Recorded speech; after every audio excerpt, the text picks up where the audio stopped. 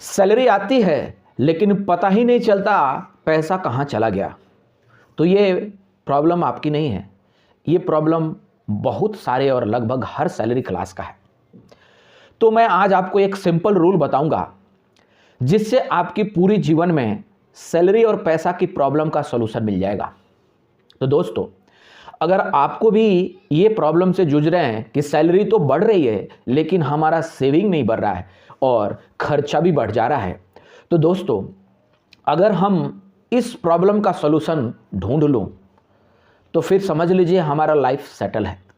तो बस कुछ मिनट तो आप इस वीडियो में बने रहें और आपको इसका तरीका मिल जाएगा जो आपके लिए एक मैजिकल फार्मूला जादू के तरह काम करेगा।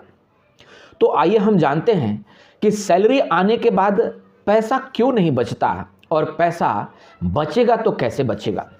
तो सबसे पहले हमारा सैलरी हर साल ग्रोथ होती है लेकिन हम अपना खर्चा उसके अकॉर्डिंग ज़्यादा कर लेते हैं और अगर हम ये करते रहेंगे तो कभी भी पैसा बचेगा ही नहीं। तो फिर इसका तरीका क्या है? तो इसका एक ही तरीका है और एक ही मात्र तरीका है कि हम अपने इमोशनल स्पेंडिंग को कम करें, हम अपने ईएमआई के ट्रैप से बाहर आए और अपने लाइफ स्टाइल अपग्रेडेशन उतना ना कर ले जो कि हम एफोर्ड नहीं कर सकते।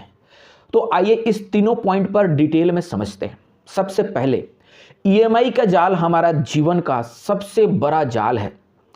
आज के दिन में लोन इस तरह दी जा रही है सैलरी क्लास को, क्योंकि सैलरी क्लास ही सबसे बड़ा ट्रैप में आ सकता है क्योंकि उसकी इनकम फिक्स है और उसे हम पूरे गुलामी के तरह से, बैंक या जो फाइनेंसर क्या सोचेगा कि इसके पास सैलरी आ रहा है, डैट मीन्स हर महीना मैं इसकी सैलरी का जितना ज़्यादा अमाउंट ले पाऊँ, यानी कि मैं उसको नौकर बनाकर जितना देर काम करा सकता हूँ वो हमारे लिए आसान है। तो हमारे आपके पास फ़ोन आते हैं कि आपका स्कोर अच्छी है, आपको इतना ईएमआई मिल जाएगा, या आपका लोन चल रहा है तो आपको टॉपअप मिल जाएगी, या आपको पर्सनल लोन मिल जाएगा, काफ़ी ज़्यादा डिस्काउंट है, क्रेडिट कार्ड ले दीजिए, लाइफ टाइम फ्री है। ये सारे एक जाल है। अगर हम इस जाल से नहीं समझेंगे तो फिर फंसना ही हमें है और फंसने के बाद निकलने का तरीका काफ़ी मुश्किल हो जाता है। तो दोस्तों, हमें ईएमआई लेना खराब नहीं है, लेकिन हम ईएमआई किस चीज़ के लिए ले रहे हैं ये सबसे खराब चीज़ है। और मैक्सिमम क्रेडिट कार्ड का जो खर्चा होता है आपको पता हो, ये लग्जरी पर ही जाता है ना। क्रेडिट कार्ड से कोई एसेट बनाने के लिए पैसा नहीं लेता है। वो क्या करेगा? शॉपिंग करेगा, बाहर घूमने जाएगा। मिनिमम अमाउंट जो होता है, मिनिमम पेमेंट, वो भी लोग नहीं कर पा रहे हैं और एक क्रेडिट कार्ड का लोन दूसरे क्रेडिट कार्ड से भर रहे हैं और एक ईएमआई दूसरे लोन लेकर चुका रहे हैं और इस तरह से फंसते फंसते बहुत खराब स्थिति में फंस जा रहे हैं, जैसे वैसा दलदल जहां से आप निकल भी नहीं पाएंगे। तो बस आपको इस जाल से बचना है और बचने की एक ही तरीका है कि ईएमआई पर कोई भी खर्चा ना करे जो कि आपकी इनकम बढ़ा रहे हो। अब इसको समझने के लिए एक लाइन में समझ लीजिए कि अगर आप गाड़ी के लिए ईएमआई ले रहे हैं, पर्सनल एक्सपेंसेस के लिए रहे हैं, फॉरेन टूर के लिए ये आपकी एक इनकम तो बढ़ा नहीं रहा है ना, तो ये आपके लिए एक बैड ईएमआई लोन है। दूसरा पॉइंट ये है कि हम अपने खर्चे को, इमोशनल स्पेंडिंग जो है उसे हमें कंट्रोल करना पड़ेगा। इमोशनल स्पेंडिंग ये होता है कि हमने किसी को देख लिया कि अच्छा पार्टी मना लिया, हमने किसी को देख लिया कि उसने अच्छा एप्पल का फ़ोन ले रखा है, हमने किसी का गाड़ी देख लिया जो अच्छा अपग्रेड करके लाया है, हमने किसी का घर में अच्छी फर्निशिंग देख ली। तो ये देखकर जो हम इमोशनली अपने आप को रोक नहीं पा रहे हैं और उसके कॉपी कर ले रहे हैं, ये हमें बर्बाद कर रहा है। हम किसी दूसरे को देखकर हम अपने इनकम को तो नहीं बढ़ा पाएंगे ना, लेकिन अगर खर्चे बढ़ा लिए तो फिर तो बर्बाद होना ही है। तो इसे भी हमें कंट्रोल करना है। और तीसरी और सबसे इम्पोर्टेंट कि हमें अपना इन्वेस्टमेंट को रेगुलराइज करना है। डैट मीन्स बिना किसी भी दिक्कत का, बिना किसी भी तरह का मैनुअल इंटरवेंशन का मंथ के फर्स्ट में पहले आपकी इन्वेस्टमेंट हो जाना चाहिए और जो बचा हुआ है उसी से आप अपना खर्चा निकालें। प्रॉब्लम इनकम का नहीं है, प्रॉब्लम हमारा सिस्टम का है। यानी कि इनकम जो आप कमा रहे हैं उसमें किसी भी तरह का कमी नहीं है।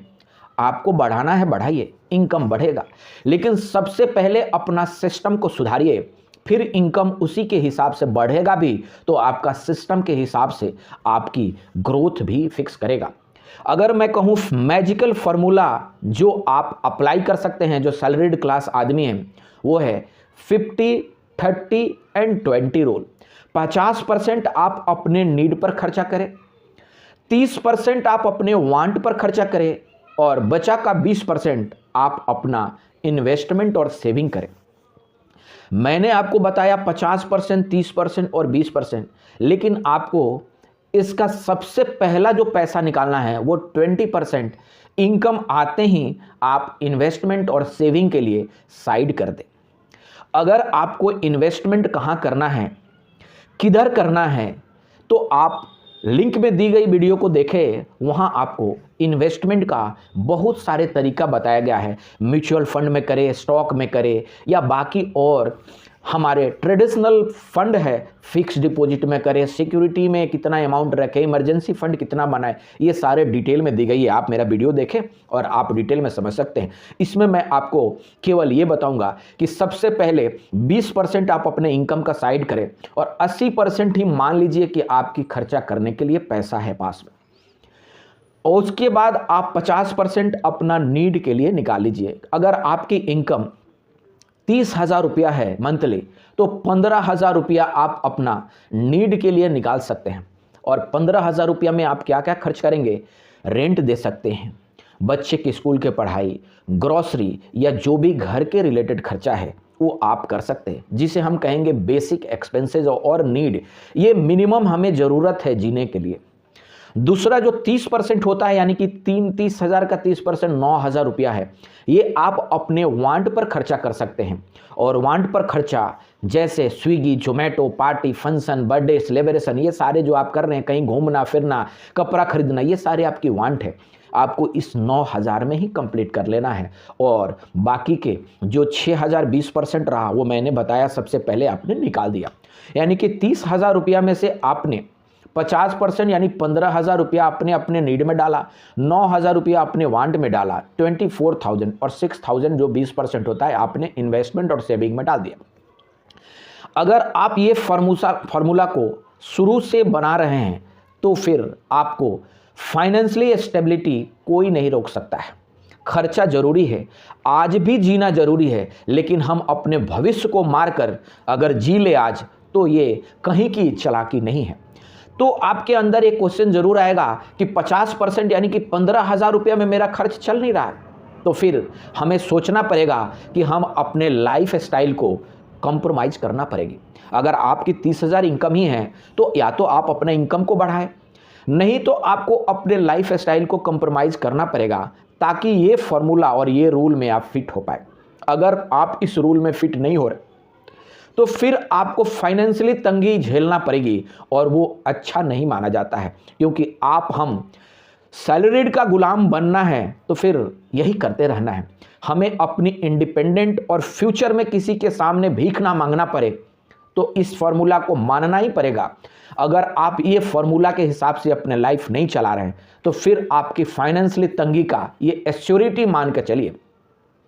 अब बात रहा कि कोई आदमी कह सकता है कि नहीं, मुझे वांट पर आज खर्चा नहीं करना है, तो मैं कहूँगा ये आपकी इंटेलिजेंट डिसीजन है। अगर शुरुआत का 5 से 10 साल आप फ्रूगल लाइफ जी रहे हैं और उससे आपका फ्यूचर का एक अच्छा बेस स्ट्रांग हो जा रहा है, तो मैं कहूँगा कि आपने ये 10 साल की सेक्रीफाइस यानी कि फ्रूगल लाइफ आपने जिया। आप अपने वांट 20% को मिनिमाइज करके 10%, 5%, 15% या जो भी कम हो 30 से, और जो आप वो एक्स्ट्रा बचा रहे हैं उसे आप इन्वेस्ट कर रहे हैं, तो आपकी फाइनेंशियल स्टेबिलिटी जर्नी और आपको मैं कहूँ कि फाइनेंशियल फ्रीडम जर्नी काफ़ी जल्दी आ जाएगी। तो दोस्तों, आपको हमें इस रूल को अगर मान लेते हैं तो आप मानकर चलिए कि आपके लाइफ के ऊपर जो एक बड़ा बोझ रहता है, हमेशा एक पैसा के तंगी के अंत में आप झेले रहते हैं, महीना के शुरू होने के 10 तारीख बीतते बीतते EMI के ऊपर आप फंस जाते हैं, इससे आप निदान जरूर पाइएगा। और मैं आपको 102% एश्योर कर रहा हूं अपने एक्सपीरियंस से कि अगर आप इस रूल को केवल 1 साल मानकर चलिए, अगला साल जो आप इस साल अपने आप को फील कर रहे हैं उससे काफी हल्का महसूस करेंगे। आपके अंदर एक कॉन्फिडेंस रहेगी, आपके अंदर एक जुनून रहेगा और आप खुलकर कुछ आउट ऑफ बॉक्स सोच सकते हैं।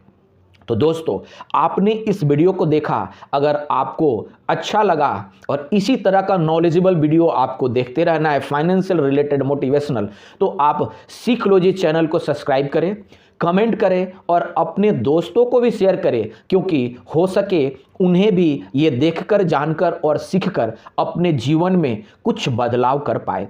दोस्तों, एक एक बूंद की लर्निंग भी आपके जीवन के लिए काफ़ी होता है और अगर आपको इस वीडियो से एक लाइन भी आपके जीवन में कुछ अच्छाई भर पा रहा है तो मैं इसके लिए बहुत धन्यवाद हूं कि मैं आपको कुछ मदद कर पाया। धन्यवाद।